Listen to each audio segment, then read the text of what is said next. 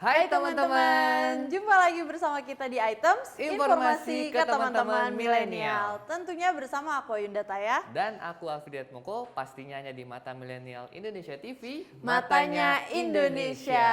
Hari ini kita akan membahas seputar karbohidrat.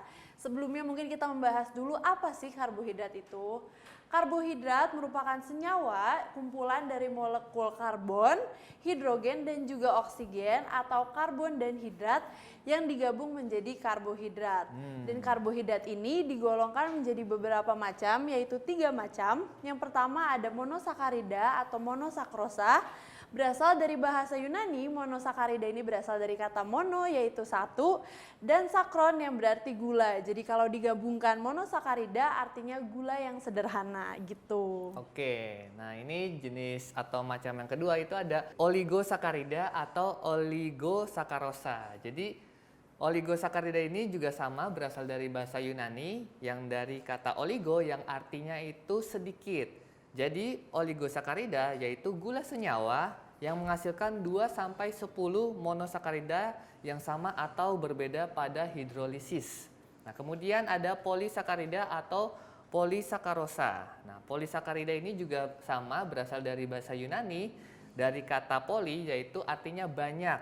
Jadi polisakarida ini adalah suatu gula kompleks dan menghasilkan lebih dari 10 molekul monosakarida pada hidrolisis. Betul banget, itu tadi 3 macamnya ya.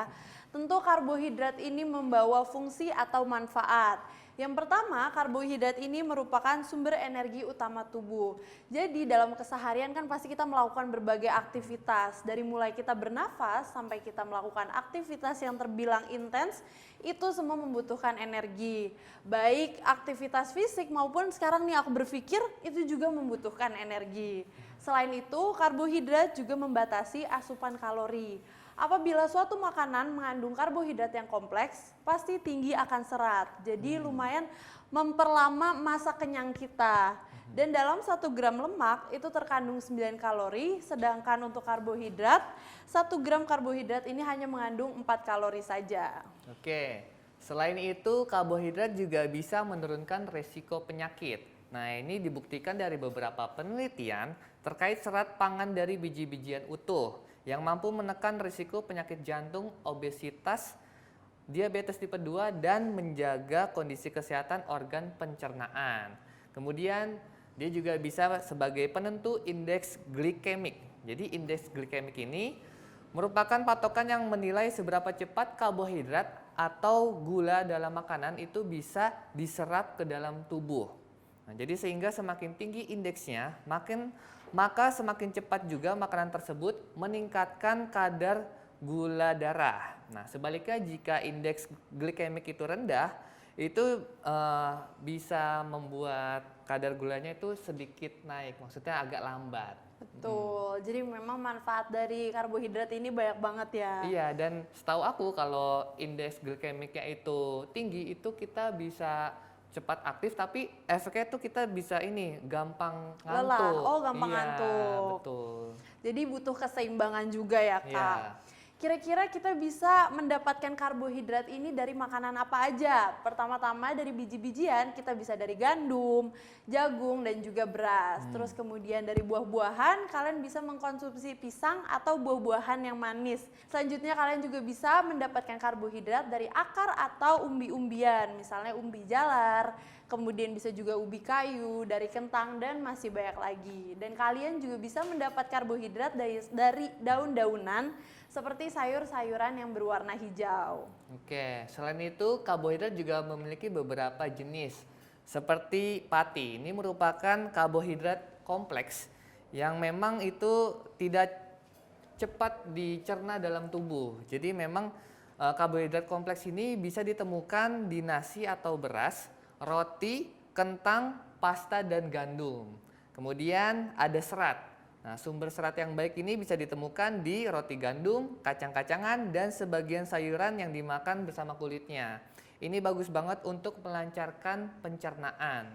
Kemudian yang ketiga ini gula. Jadi karbohidrat itu merupakan, tidak semua karbohidrat ternyata itu gula, tapi semua gula itu adalah karbohidrat. Nah, jadi gula ini sangat mudah untuk dicerna dalam tubuh dan dapat meningkatkan gula darah lebih mudah, serta menghasilkan energi lebih cepat. Jadi kita bisa lihat ya, banyak sekali misalkan orang yang kecapean itu biasanya makan gula doang gitu, gadoy Iya. supaya ini melek lagi gitu, Betul, supaya karena ada aku energi. juga kalau belajar kayak gitu Mm-mm. kan, kalian selalu nyetok cemil-cemilan manis, taunya itu juga memang bermanfaat ya, karena kan otak Iya. kita juga butuh energi. Betul banget. Tapi asupan karbohidrat masing-masing orang per harinya itu pasti beda-beda ya, nggak bisa disamakan. Itu tergantung dengan usianya, jenis kelaminnya, kemudian aktivitas Aktivitasnya. fisik yang dia lakukan atau yang non fisik juga. Selain itu juga kondisi medisnya juga menentukan kebutuhan karbohidrat seseorang. Tapi pada umumnya asupan karbohidrat ini disarankan sekitar 50 sampai 150 gram per harinya. Sedangkan untuk dewasa biasanya membutuhkan sekitar 220 sampai 300 gram per harinya. Untuk kebutuhan serat, bagi wanita yang berusia kurang dari 50 tahun itu membutuhkan 25 gram serat per harinya, dan yang lebih dari 50 tahun membutuhkan 21 gram serat per harinya. Nah, bagi Kak Alfi dan pria-pria lainnya yang berusia kurang dari 50 tahun itu membutuhkan sekitar 38 gram serat per harinya, dan untuk yang lebih dari 50 tahun membutuhkan 30 gram serat per harinya. Keren ya. Jadi memang karbohidrat ini penting banget untuk kebutuhan hidup kita sehari-hari, karena memang merupakan sumber energi juga ya, Betul Tai. banget. Jadi memang bagi kalian yang mungkin diet karbo ya, harus memperhatikan juga asupan atau kebutuhan sehari-harinya. Mungkin bisa disubstitusi dengan bahan lainnya ya, karena kan tadi Seperti ada protein ya. Iya, maksudnya bisa lewat daun-daunan. Oh iya, Kan betul, biasanya betul, karbo betul. ini identik selalu dengan beras, gandum, nasi, padahal nggak gandum. cuma dari Betul. sana. Oke. Selain ini kita akan membahas tentang hal-hal yang menarik lagi ya tentang karbohidrat. Jadi jangan kemana-mana, tetap di Items Informasi ke teman-teman milenial. milenial.